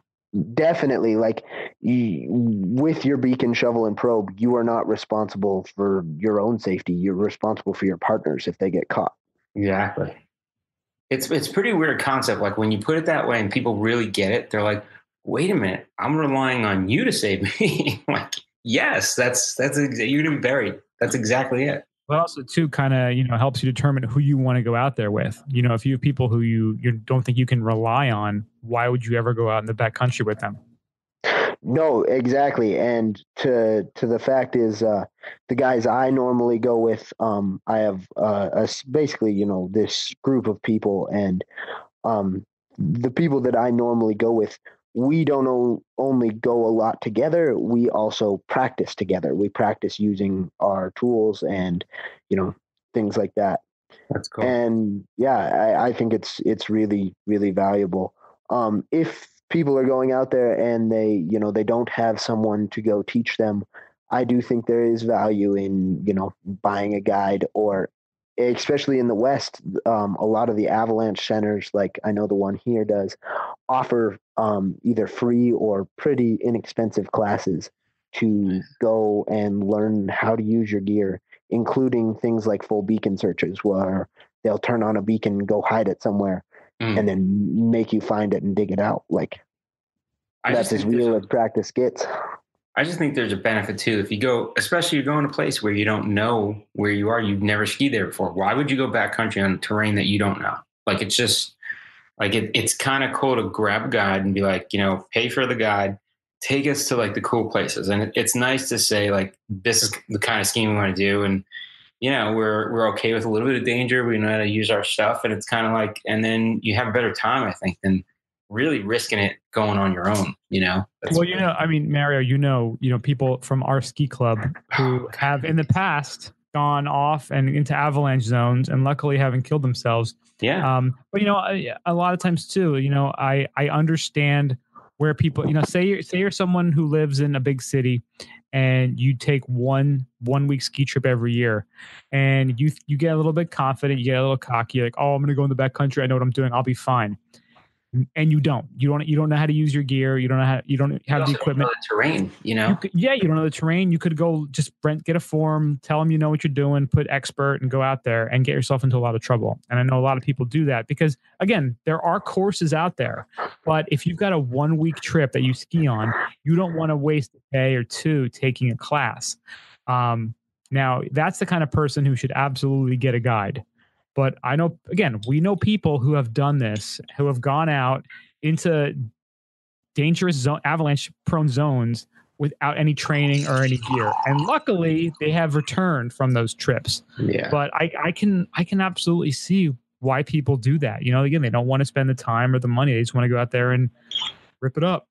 But yeah, and you know, I get it too, and I think we all get locked into those ideas sometimes. But the flip side of that is, how much time or money would you spend for, you know, your life, or how much time or money would you spend for your partners? Like, see, that's the other thing. Like, it's not even your life you're gambling with. You're gambling with somebody else's life. So how are you going to feel when your buddy gets like buried and it was your fault and you can't dig him out? Like, yeah, well, that's the kind of idiot who would do that. Someone who's selfish, doesn't kind of think about the consequences of their actions. Yeah. But yeah, it would be in an ideal world, you know, we'd all have a little bit more of this this training. And I know we haven't done the formal training. We did we actually did a backcountry tour when we were in Jackson Hole, and we had our guide and everything. And Tommy Moe was our guide, which was pretty awesome. And we did yeah, he was you could actually go hire him.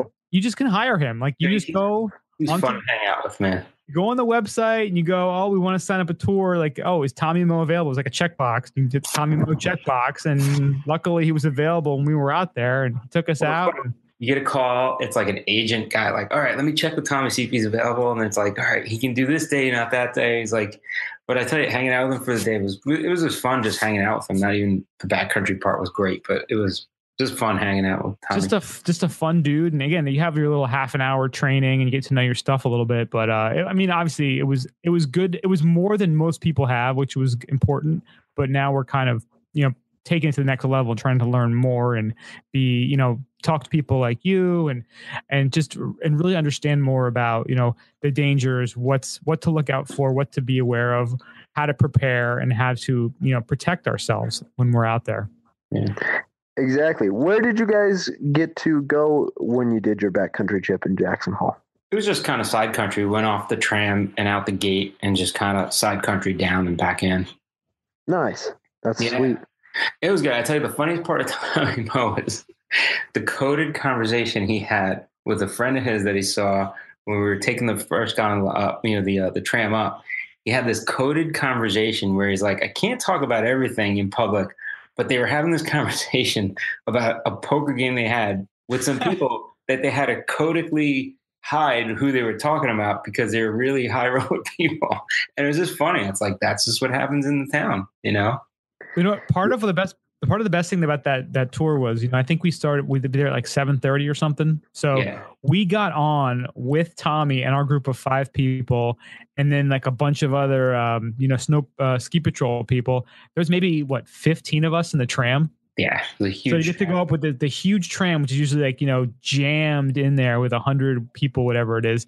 And we had this like totally open, chill tram ride up with Tommy Moe and a few other, you know, ski patrol. Yeah, that's awesome. Worth the price of admission doing that. Yeah.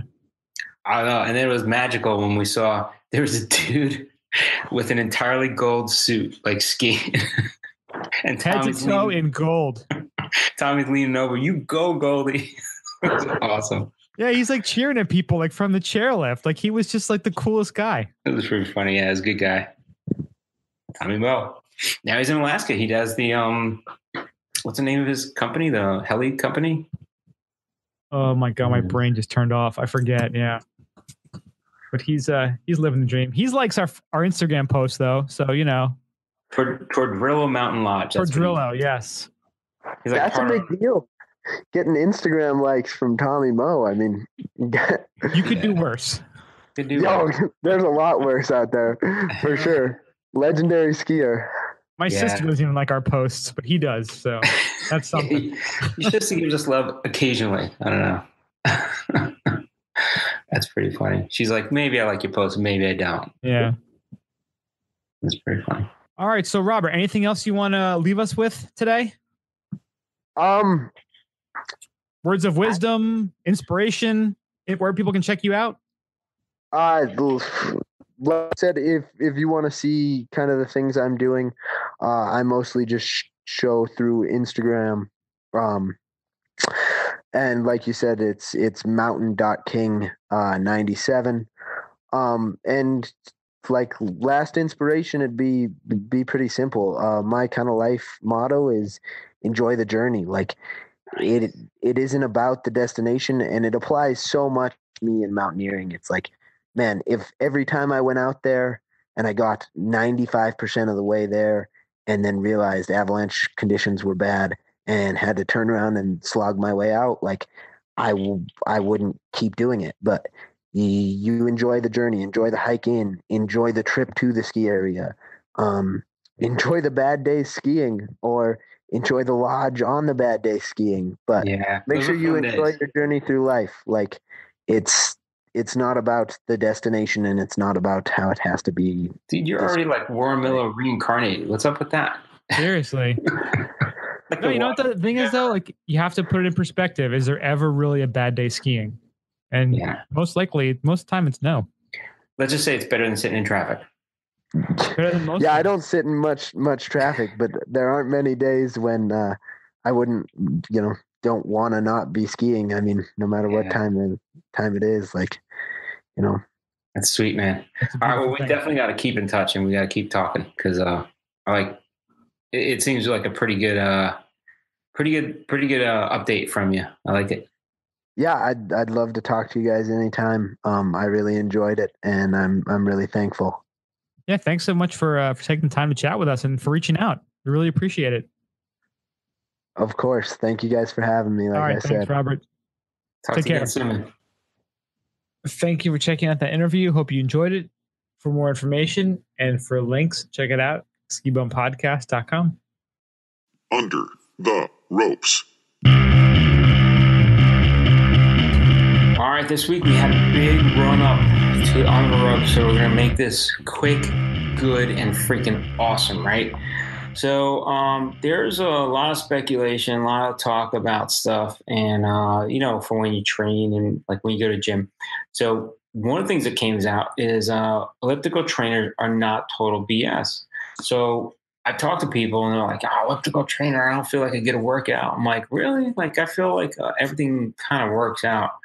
And they're actually saying among gym goers and home exercise enthusiasts, they remain popular, and it's very big. Like, so, while there's a quote unquote hype, it's like a good workout for a lot of people. So part of the reason that it's good is it's less stress on the joints than running or jogging. So it's kind of like a medium between like doing stuff, but they're actually saying it's easier on your back, easier on your feet. There's no pounding, there's no foot pedals. So they're actually saying, like, when compared to running, the ground reaction forces that your body endures when striking the ground are almost about halved during elliptical training and are about equivalent to walking. So the wear and tear is about walking, but you're actually getting the workout of running, which is pretty goddamn dope. So if you talk about that, they're saying they work on your arms, because like they have a little arm thing going. All in all, they're saying if you do it, ellipticals give you a great workout. You push hard, less impact. And, they're saying there's no significant downsides. So if you got to do something, treadmill devotees may scoff, but as long as you're pushing yourself, the elliptical offers a great workout. It's easier on your joints, probably better for you in the long run. So I think as you prepare for the upcoming season, get on the elliptical, get on the bike, even start running. I mix it up. I run a little bit more than doing the other stuff, but you still gotta work it out, which was pretty good. What do you think, Brian? Do you do elliptical? I do the elliptical, and one thing that I do is that I do sprint sessions in the elliptical. So I set it up for 10, 15, 20, half an hour, whatever it is. Right. I do at the top of the minute. So if it's 5 minutes, 3 minutes in, 3 to 15, I do like 15-second sprints every minute. So, every minute, if you're doing 15, 20, 30, whatever minutes, you're getting that many of sprints in there. And I feel like that makes a bit of a difference, especially if you're doing it on, and there's different kind of pieces. Like there's like ellipticals, but there's like different kinds. Like there's the ones with the arms, without them. I try to do the ones without the arms, so it's more focused on legs and core. And there's one with the arm that you just hold on to the middle part and just fuck the arms and then do whatever you want. Folks who do that, but I try to do like 0 arms and keep it all focused on legs and abs. You have to do like 15-second sprints every minute. And it makes a big difference. You see a lot more sweat on your body, on your shirt, and you will feel impact when you start getting ready for ski season. That's for sure. Yeah, sweet. All right, and last up, man accused of pistol whipping a longtime friend over Bruno Mars song. What? Oof. Indiana man is facing charges after pistol whipping his lifelong friend during an argument over a Bruno Mars song. This guy, Roger D. Washburn, is 71 years old and has been taken into custody late Friday by deputies from the Johnson County Sheriff's Office after the victim and another man said they were hanging out at Washburn's home when they started to fight over a song and who performed it, according to the Indianapolis Star reports. The victim insisted the track in question was sung by Mars, but Washburn disagreed. I want to know who Washburn thought it was sung by. I thought it's Prince. Like I want to hear like the really fucked up thing of like. Again, I'm several drinks in. I thought it was Mark Wahlberg. Somehow Mark Wahlberg disagreed. I'm reporting right now. Mark Wahlberg just fucking Mark and the Funky Bunch. Yeah, well, the Funky Bunch is still waiting to get paid. The Funky Bunch is still waiting to get paid. If I'm in the Funky Bunch, I'm like, what the fuck, dude? You gotta hook us up. It's DJ thing, like something, man. Something. The article says that prompted the victim to show Washburn proof that the victim of the song was, in fact, part of Mars's catalog, but instead of diffusing the argument, the sound squabble went to another level, and Washburn pulled out a .38 caliber revolver. Fuck yeah! He's like, it's my house. I'll tell you who the fuck sang that song. But whatever, dude. Whatever, man. Listen, I'm pro gun, but if you need to brandish a firearm to try to,